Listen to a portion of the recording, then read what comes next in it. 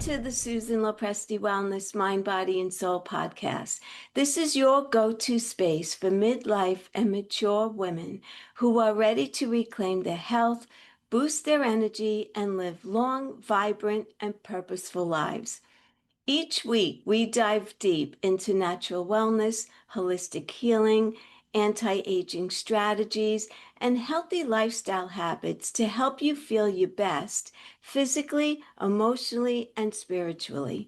Whether you're navigating menopause, working through chronic conditions, or simply wanting to age gracefully and intentionally, this show is your sanctuary for science-backed insights, powerful stories, and soul nourishing inspiration.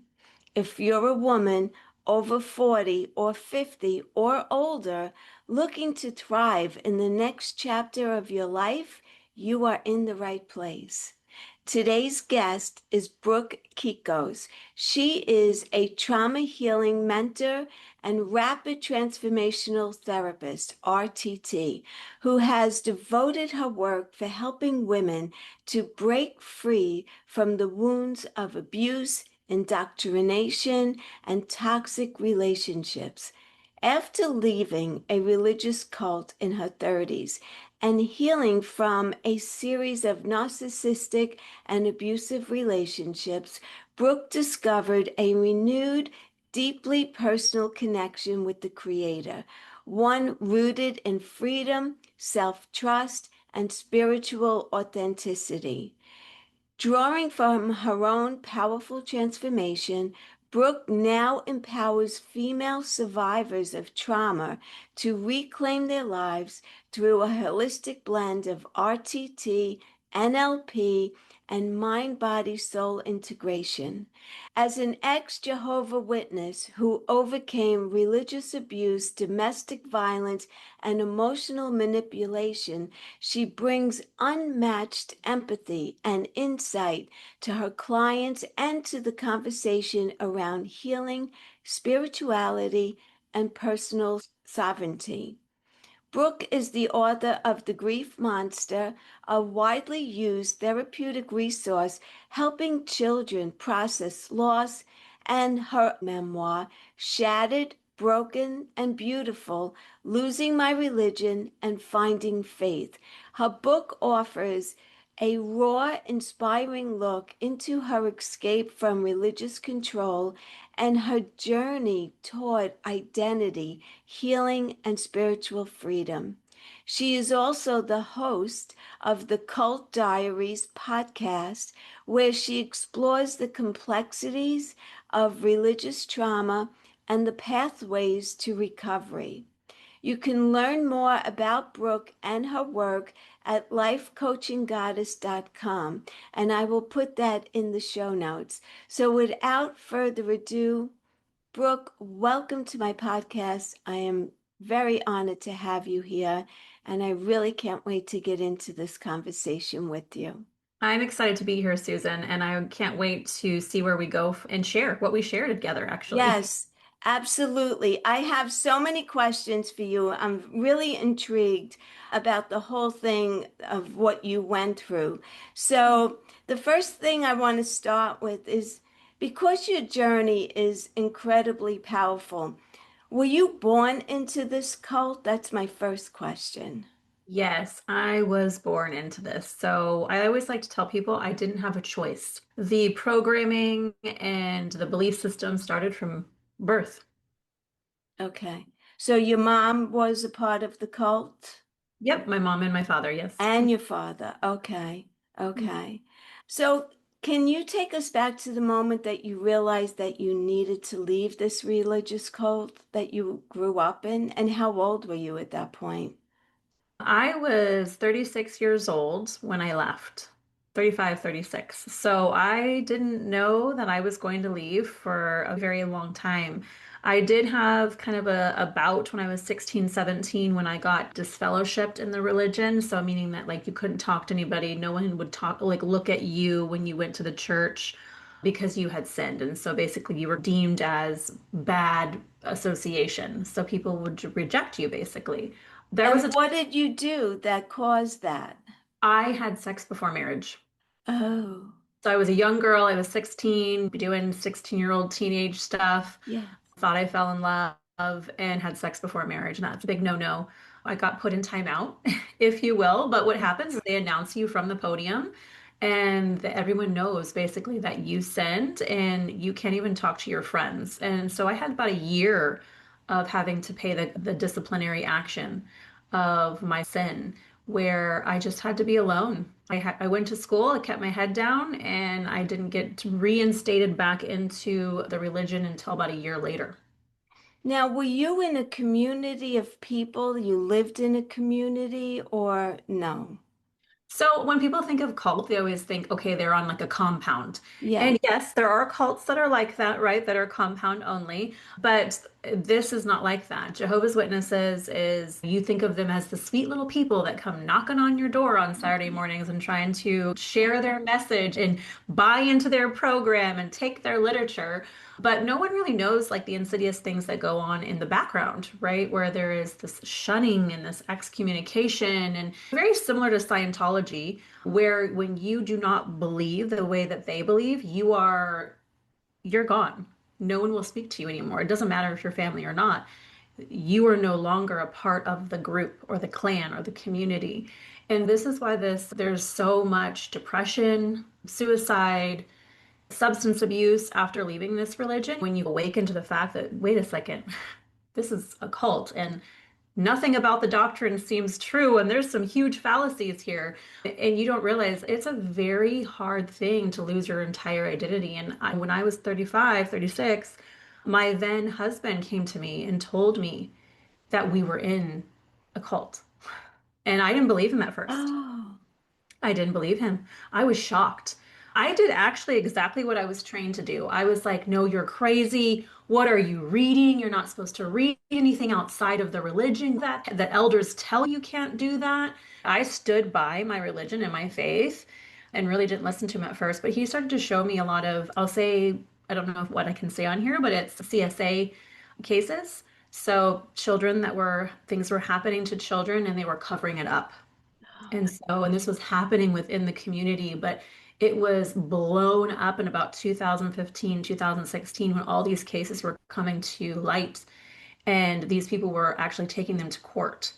And so the governing body of the actual religion was having to go into court and talk about how they've covered up these cases, and they didn't want to share the information and how because it makes them look bad of covering these cases, course. because that means that there was predators literally within the church community that no one knew were predators. Like when you move into a neighborhood, what happens? You literally can look up somebody like that is a Yes. sexual predator on your neighbor in your neighborhood, right? We were going into a community thinking everybody was safe, but yet there was not real safety within this community because it was being covered up. No one was being reported. And so, because they wanted to look like they were a different religion, they wanted to be the true religion, and that would make them look like all the other religions, right? Yes. That would make them stand out. And so, that really, because I had children, obviously, that made me really start to second guess everything. And I do my deeper research, and in that, I went down the rabbit hole, and I never could go back.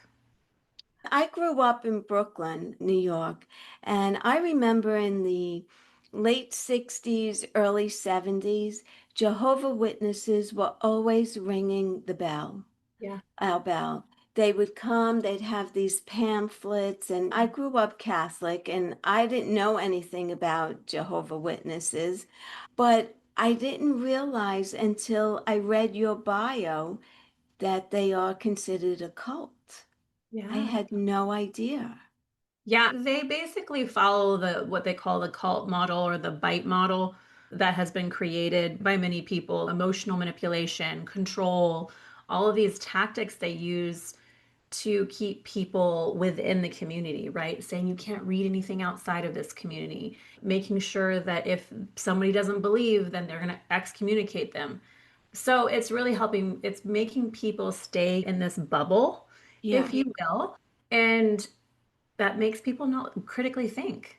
I really think they prey on people that have mental illness. So a lot of people I have found that come into the religion later on in life have mental health struggles.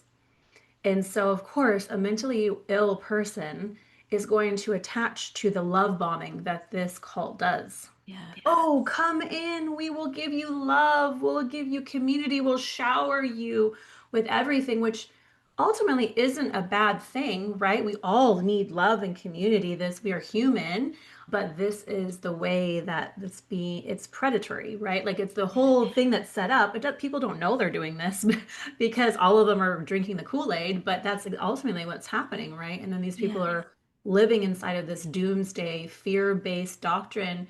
And as a little girl, realizing that I am worshiping an angry God that if I don't obey will kill me at Armageddon and I'll not live forever is basically the message. It's scary for a Yeah. little girl to be, oh my gosh, if I am not a good girl, I could die. Ultimately, that is the Wow. It's messaging. basically it's brainwashing. Exactly. Yeah. Yeah.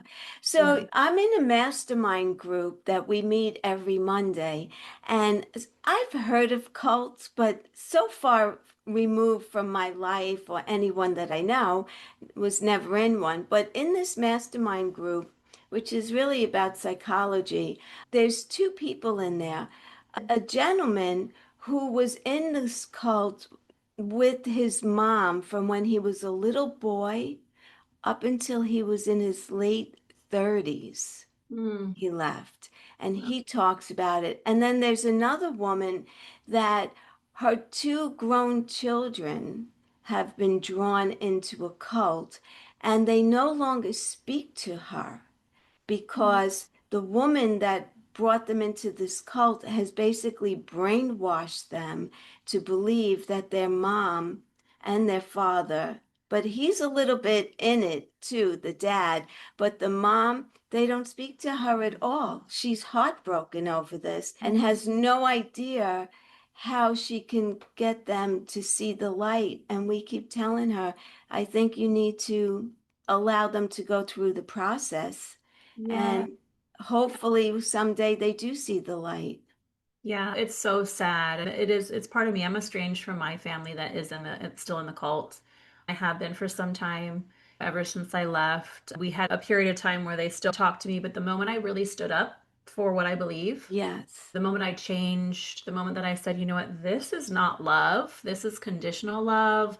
Once I pointed out the fallacies of the religion and the fact that they were literally sitting in a religion that was actually the ultimate, not love, it was evil, they couldn't handle that, which of course they weren't ready. They weren't ready to receive the message yet. And so, just like that woman, her children probably aren't ready to receive the message yet. And No. I realized, you know what, I was just really trying to get someone to see something that they're not able to see yet. And I had to accept that I was going to lose my family, that I would have to grieve them. They're still alive. And I would have to go through that process. And that's exactly what's happened for me. I've grieved them. It doesn't mean that there's still not pain and sadness there. Right. It just means you eventually get to the point where you know that they're where they're at and I don't want to be there. Right. So Right. I know what feels like truth to me and what they are existing and does not feel like truth to me anymore. And that's it. When you just have to move on, it's so difficult. But what I've realized, the more that I've done that, the more the universe has brought in people that are like family, right? Oh, I've been able to create a community, even though I lost my entire community. I lost best friends that I'd had my whole entire life leaving. I That, literally that left are in the cult. that are Oh, in the call. Yeah, I had to literally start from scratch. I had zero friends. I had minimal amount of family that wasn't in the religion that I could lean on while I was managing and finding my world again. But I was starting from scratch. Here at 35 years old, talk about a midlife crisis. yes. Like that's what I was going through. And in the same time, my then husband and I were getting a divorce because I realized I was existing in an abusive environment. We had a toxic relationship. We both played a dynamic in this relationship, but I also had started to see through that as well. So the rose-colored glasses were coming off, girl. Yes. And I was like, holy cow, I guess this is what we're doing right now. I had to strap in and I had to find my way through it because I had two boys I still had to raise. Yeah. So many survivors of a cult, they struggle with guilt and shame, right? When they step away. How did you work through your emotions? Oh, you know what? I didn't, Susan. Oh, I'm going to be really honest here because I want to speak to the person that is realizing that maybe they have ran from the pain. I didn't. I really just shut myself off from all of that stuff and I avoided everything. Like when I left the religion, I didn't even want to think about religion. It was too painful. It was too scary to think about religious beliefs and what I believed and what I didn't believe. It was too scary to actually meet myself, to be honest. So I think what I did is I buried my head in the sand. I really learned how to be in survival mode. So I did one step at a time and I just was like, okay, I gotta work and I gotta take care of my kids and I just gotta get up every day. That's what I was doing. I was not even processing anything. I wasn't even processing the fact that I'd been in an abusive relationship, to be honest. yeah.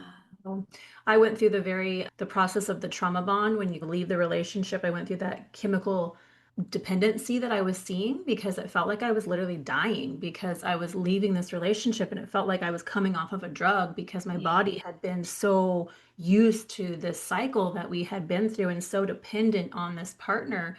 I was going through that process. And like I said, I was reeling. Like I was just trying to manage one day at a time. I don't know how you kept it all together. I don't know either, Susan, to this day.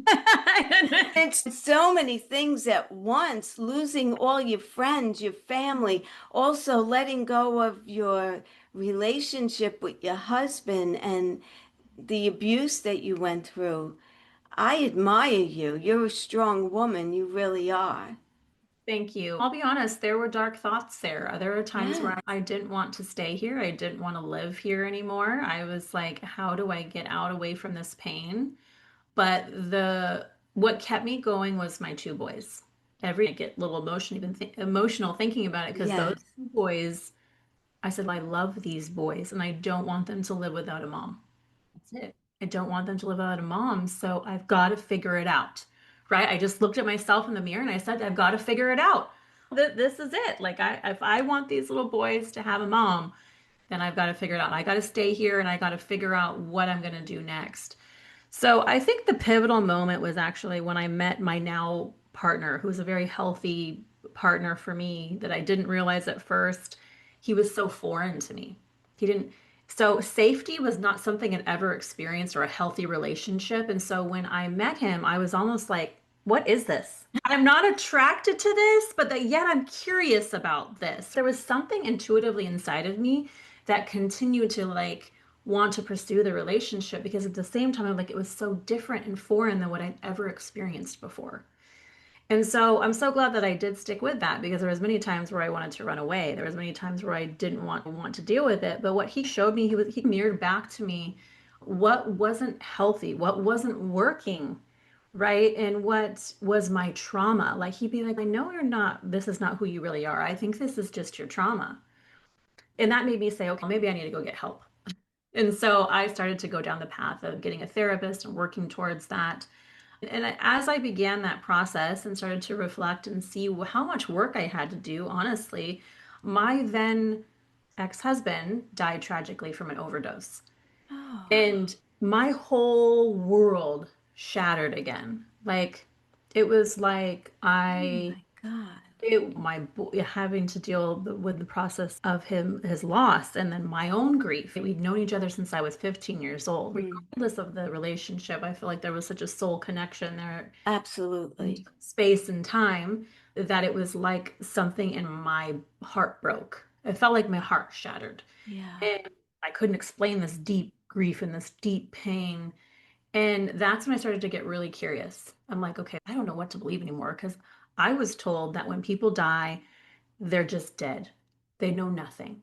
And then I was told that people will get resurrected in a paradise because God will make a paradise after he destroys all the wicked people in Armageddon. So that was the belief system of Jehovah's Witnesses. And now I didn't have that belief system anymore. And so I'm like, well, what do I believe? Where did he go? What's happening? I don't know what to believe anymore. And so not having that belief system actually like it made me like even more afraid. because I was like, I don't know what Yeah. to believe now. Where is he? And now I'm actually staring death in the face and how scary death is. And I didn't even think about death. And now I'm having to think about this and I'm having to look deeper into what do I believe? What is my truth?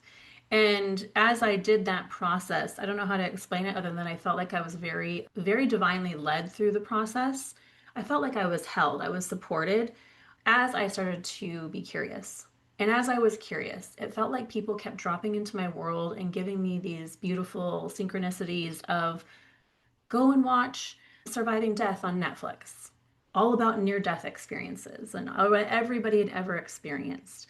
It was opening my mind to that there could be possibility of more, more, and that he could be not just dead in a grave.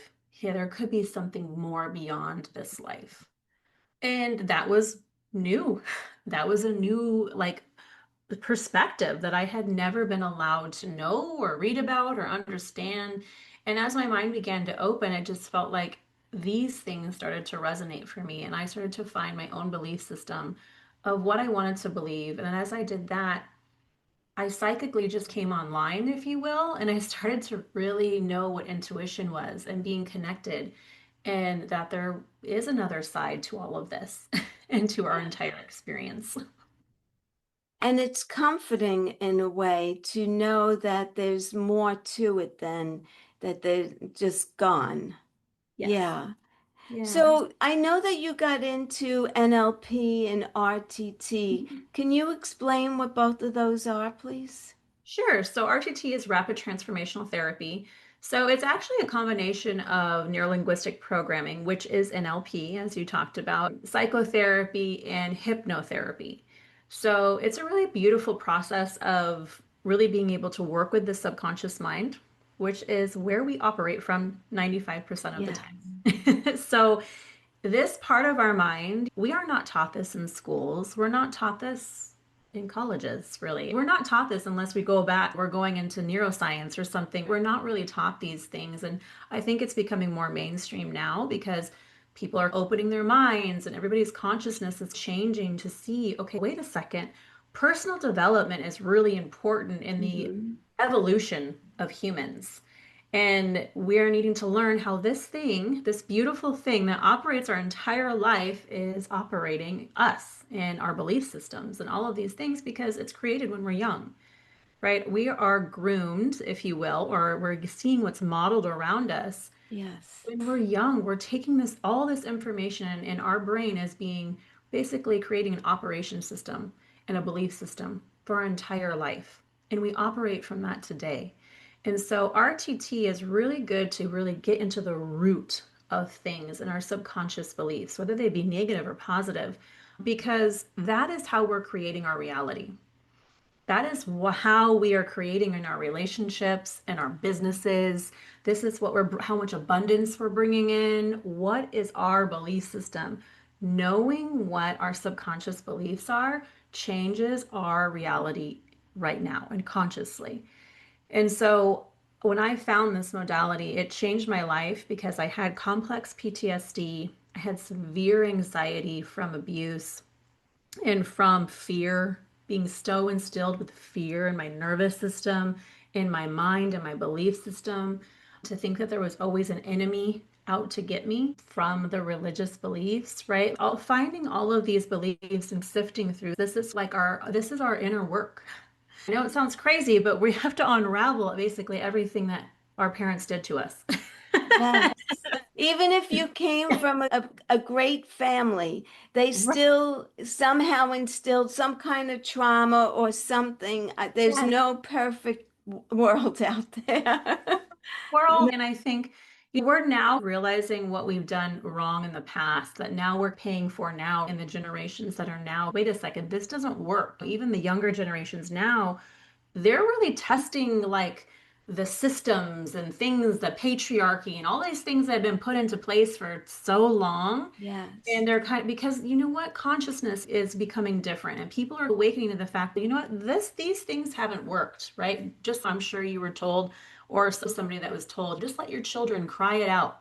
Yes. That was a whole system, a whole doctor Yeah. made his quote unquote thing and that swept through a whole generation of people were doing this. Well, we're now realizing what it did to these children because these children now have an abandonment Yes. they cannot explain. And it's because of the cry it out method, right? Because these children weren't getting their needs met Yeah. when it was the most crucial time. And so that's why I talk about that because it's so important to realize that this is the generational trauma that we have created. Okay, we've created all of these generations before us created the mess, and now unfortunately we're cleaning it up, and the generations to come are going to continue to clean it up. And this is why society is messy right now.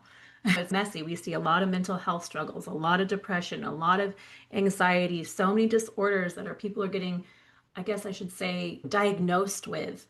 It doesn't mean some of them are not real. It just means I'm along the lines of Gabriel Mate, where he says all of these conditions, they're trauma. Yeah. They're trauma that haven't been dealt with. They're belief systems that haven't been dealt with. And it's up to us each individually to take our own accountability and say, what have I brought into this world and what do I need to change? Because the generation before me, they messed me up. So I don't want Right. to carry this on to the next Right. generation. Exactly. Yes, because you carry that generational trauma. If it doesn't get healed, it just keeps going.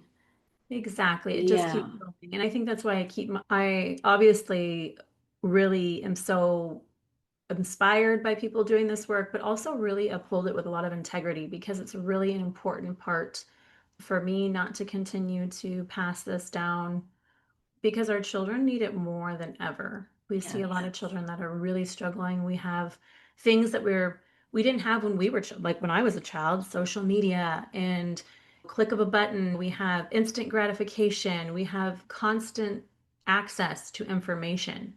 It's information overload, and we didn't have that when we were younger. So we've had a lot of disconnection, and we can see it in our society right now. Yeah. And I think it's why it's so important to talk about it and people are having these type of conversations because Yes. things have to change. So RTT, I believe that I was introduced to that through a woman, Marissa Peer. Yes, that's exactly who I learned from, Marissa Peer. Yeah. Yes, yes. Actually, I belong to the Mind Valley community, Oh, and yeah, she was beautiful. in that community, and that's where I learned that. And so, is NLP similar to RTT in some way? So NLP is definitely intertwined in RTT, but NLP also is its standalone. I always tell people neuro-linguistic programming. I also am a practitioner of that as well, so I've learned a lot about that. But it's basically teaching you how your brain operates. It's looking at it as a computer system, and that's what NLP teaches, right? It's okay, this is your system and you're the operator. But at the same time, you as the operator also want to know how the system works. Right. How does my brain work? A lot of your brain works on belief. Okay, your subconscious works on visualization and emotion. And so it's why a lot of people are like, if you can visualize something, you can create an emotion in you and you're giving your brain a direction. So it's part of the process to really embody what you're wanting to create. Just like I said, Mm-hmm. you create your reality. What do you want to create in your life?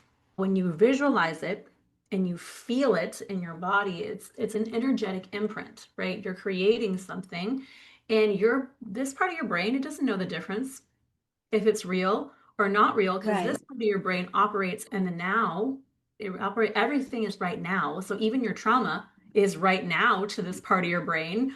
And that's the reason why a lot of us get triggered easily, right? Where something happens because your brain actually says this thing is happening, even though it was in the past, but it feels familiar. It thinks it's happening. And so NLP really helps us learn how not only the brain processes things, but also to take our power back.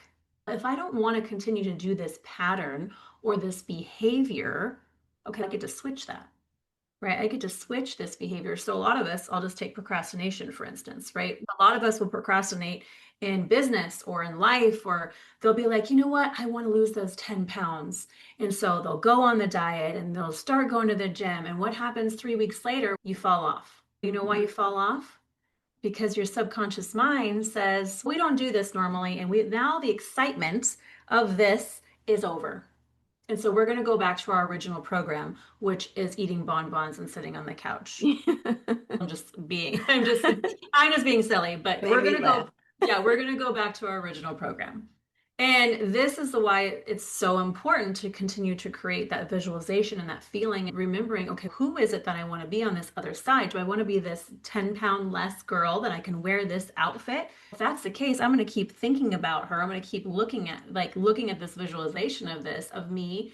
And so I can keep myself motivated, right? So I'm not stopping myself or sabotaging myself. I'm continuing to do what I want to do. So this is how we have conscious awareness and use our mind to work for us rather than against us. Because Mhm. guess what? If you can give it all the wrong directions and then you're working against yourself.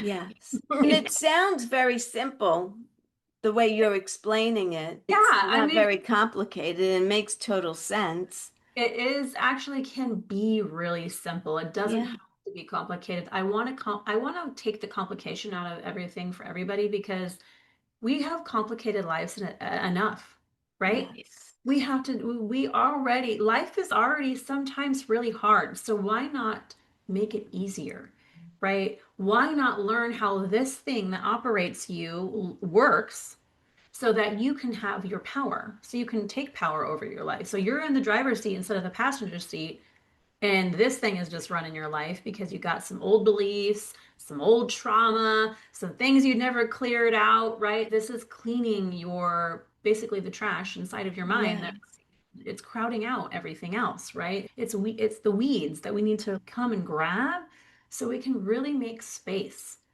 for something more so that we can really create from a completely different place. And that's what the inner work is really about. A lot of people will go to traditional talk therapy and they think they're doing something. Well, yeah, you are in essence, but you're also just re-talking about your trauma. You're not really getting anywhere. Agree with that. Yes. Yeah, you are a human that by nature will stay in homeostasis, okay? Your brain and your body are meant to keep you comfortable. That's it. They're meant to keep you safe and comfortable, right? So no matter what, your brain and your body are always trying to get you back into homeostasis.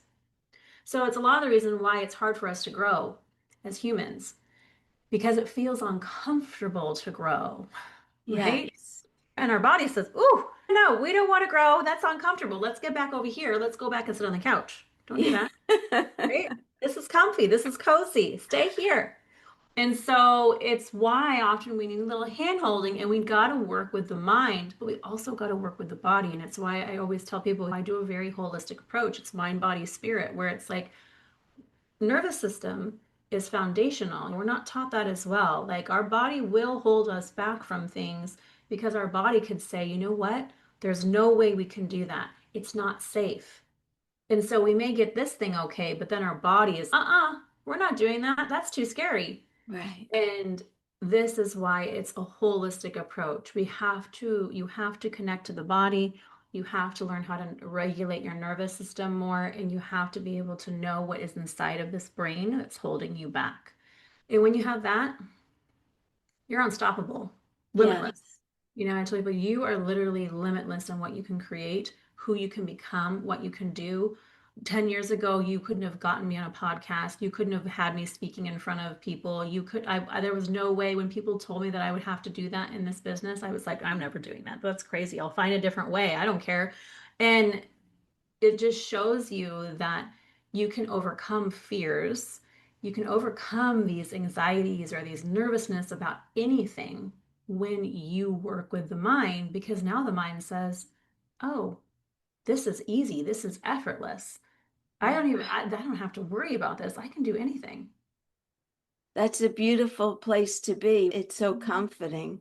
So, Brooke, what do you currently do? Do you work with women that have trauma, or what is it that you're currently doing? I know you wrote one book and you have another, and we'll talk about that as well. But what are you doing right now?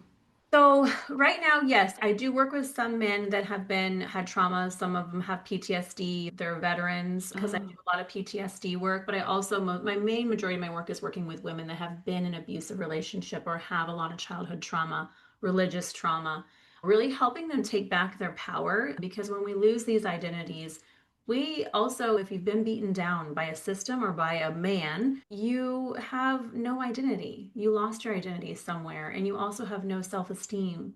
And so you also have a lot of beliefs of I'm not worthy, I'm not enough, I'm stupid, I'm never going to find another man. Like you have a lot of these negative core beliefs that are running around in the background, and you don't even know they're running, but they're operating your life. And so I really empower these women to take back control, rewire their minds for new belief systems, get really deeply connected to their own intuition because a lot of the times that's been shut off, right? We've had someone tell us who we are, what to do.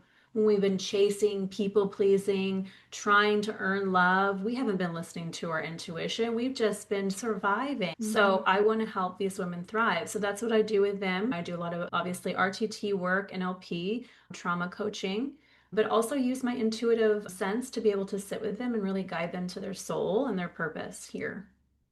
Wow. That's beautiful. I'm looking at you.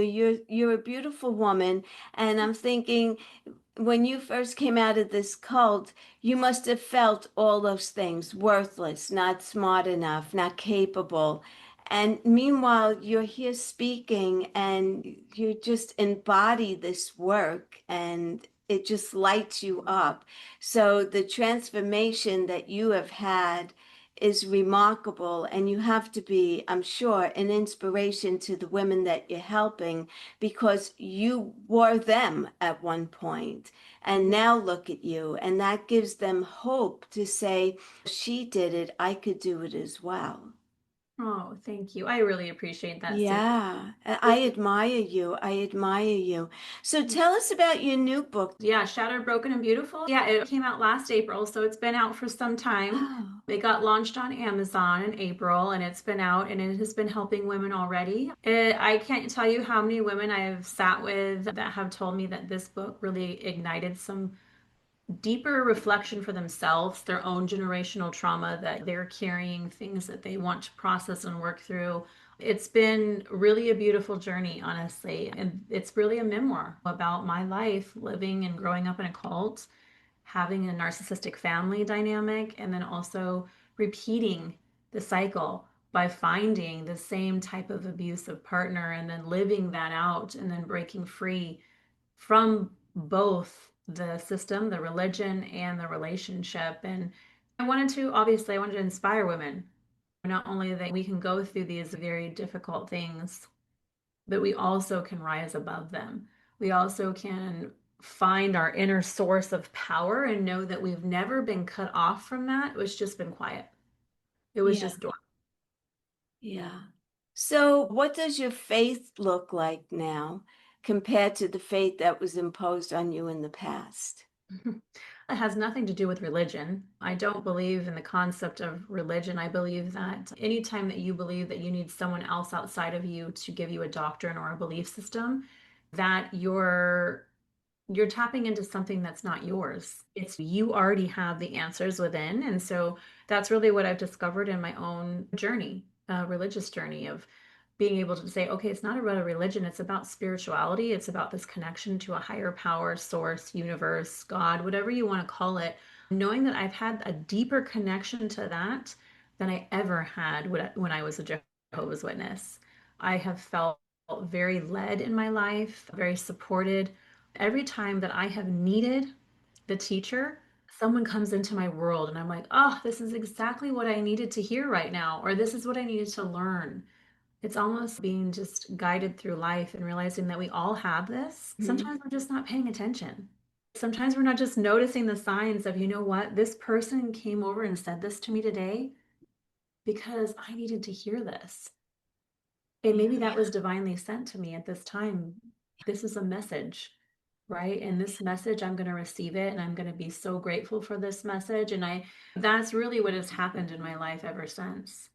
And I think, and before then, I look back on my life then, and I'm like, I'm realizing I had moments like that all the time where I was trying to be poked or awakened to be like, this is not the right religion. This is, look at this deeper, but I didn't listen. I didn't listen to you those little, weren't paying attention. I didn't listen to them. I was like, oh, that sounds scary. Like, I don't want to listen. Yeah, So I think that now it's like I realize that's always been here. it was just part of my journey. So I don't ever, I guess I look back on my life and I say, there's something deeper here. This must have been what I said I'm going to do. This must have been part of my journey. And I'm just here for it. I'm here for the ride. I'm here. I'm here for I'm here to see the gifts that it gave me as well. Yeah. And I don't want to live a life of regret or anger or just feeling like I got slighted Do you because feel that way? Or did you in the beginning? Yeah. I did. I was very angry. I always tell people I was angry with God. I was like, how dare he dupe me like that? How dare I get tricked like that? I felt very, yeah, I felt lied to. I felt betrayed. There's a Do lot of you betrayal.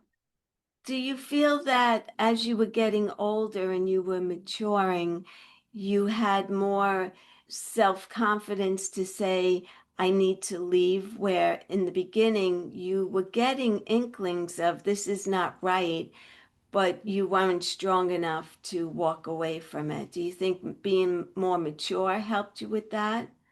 I definitely think that really helped me with that. Yeah. I think I would have been afraid, too afraid. I was afraid when I was 35, but to be honest, the moment where I was like, I can't fake this. I don't want to fake this. Feels like nothing about this is real, right? And so I didn't really have a hard time walking away from it. I really Yeah. don't think I would. You're right. I think I wouldn't have been mature enough. But how long were you thinking about that this didn't feel right to you?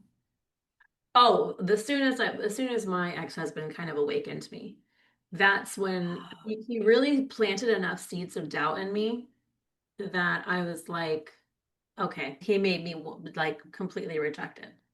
And he was in it too, as well, Oh, right? yes, he Yeah. was very much in it. Yeah. And I think which is crazy, but I knew that he wouldn't, with the passion that he had and the way that he felt about it and the fear and all of the things that he came to me with, I knew that he wasn't making it up.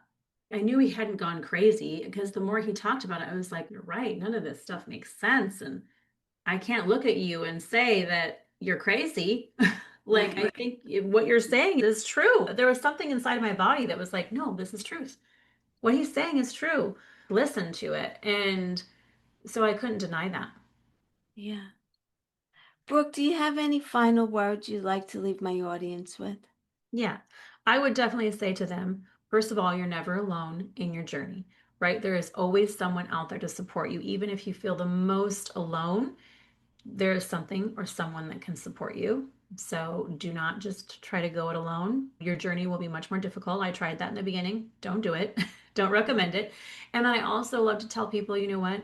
If you change your belief system, you change your thoughts, you can change your life. Okay. You are the creator. You are the powerhouse of your life, and you get to be able to create a life that really feels good to you and that what you desire. But it all starts with getting really accountable with the things that you're doing, the patterns, the beliefs that you have, and then realizing, okay, I'm hitting a wall here and I've got to change this.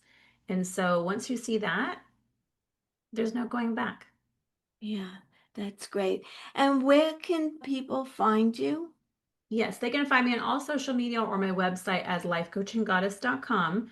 So they can come and grab a consult. They can grab my free ebook, which is I Survived the Abuse, Now What? It's a little bit of an inkling of everything that I've done on my journey so far to help me get as far as I have, just to tap into my world. And then, yeah, you can find me on all the social media platforms. Thank you. This was such a pleasure. I love this conversation. I love your energy. I think you're fabulous, Thank and you're going to help so many people. I just know that. you. Thank you so much. Best of luck, Brooke. Nice to meet you. Nice to meet you, my dear. Thank you. I just want to thank Brooke again so much for sharing her powerful story and her beautiful wisdom with us today. Her courage, her faith, and her commitment to helping women heal from trauma and reclaim their lives is truly inspiring. For anyone listening who resonated with Brooke's journey, I encourage you to explore her work, her podcast, The Cult Diaries, and her memoir, shattered, broken, and beautiful, losing my religion and finding faith, which is now currently on Amazon. Her message is a reminder that no matter where you come from or what you've survived, you are worthy of freedom, healing, and life aligned with your truth. Thank you for spending this time with us. If today's episode moved you, please share it with your friend who might need to hear it. And don't forget to subscribe so you never miss an episode of Susan Lopresti Wellness, Mind, Body, and Soul. Until the next time, take care of your mind, nourish your body, and nurture your soul.